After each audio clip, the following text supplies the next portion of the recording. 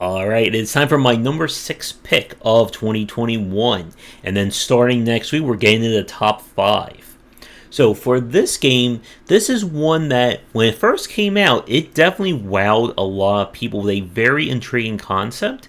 And it is a game that is just one of those lightning in a bottle kind of moments. So, without further ado, let's talk about why Loop Hero is my number 6 game of 2021.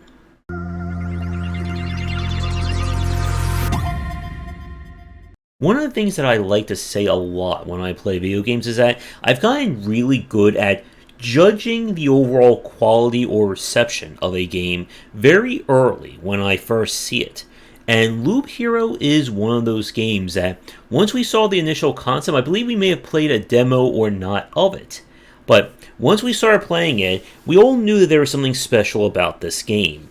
And the idea of kind of combining an idle-based game with this kind of almost persistent, build your own nightmare scenario is a very intriguing one.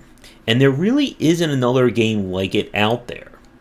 And what Loop Hero does really well is that it takes this concept of a roguelike, of replayability, and build it really well into the fabric of its storytelling and its gameplay.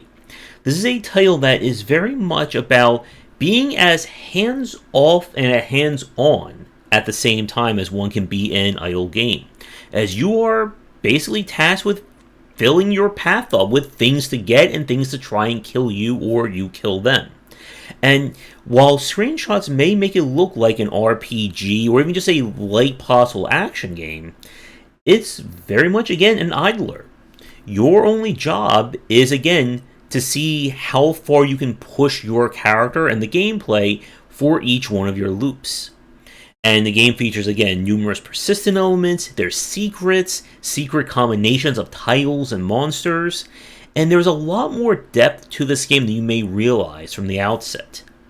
With that said, while I did love this game for its creativity, the gameplay started to rub me the wrong way as we got later into it.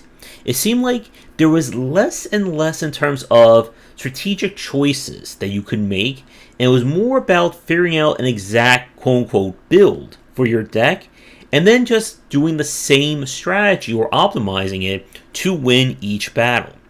It is a game that, once you learn it, it can be, I wouldn't say easy to break, but it does get easier in terms of kind of mitigating the RNG of it. I was not a huge fan of the loot system, and I don't know if they ever went back and changed how the loot gets generated in terms of leveling and stats and such. And we got, I think, to the final chapter, I believe, before I just kind of ran out of steam or ran out of loops for it. And it's for those reasons why I can't put it into the top 5. That while the gameplay was interesting and original, it didn't keep my interest or keep me entertained all the way to the end. But still, if you are looking for something highly original with a great pixel art, kind of like dark fantasy aesthetic, then you definitely want to play Loop Hero.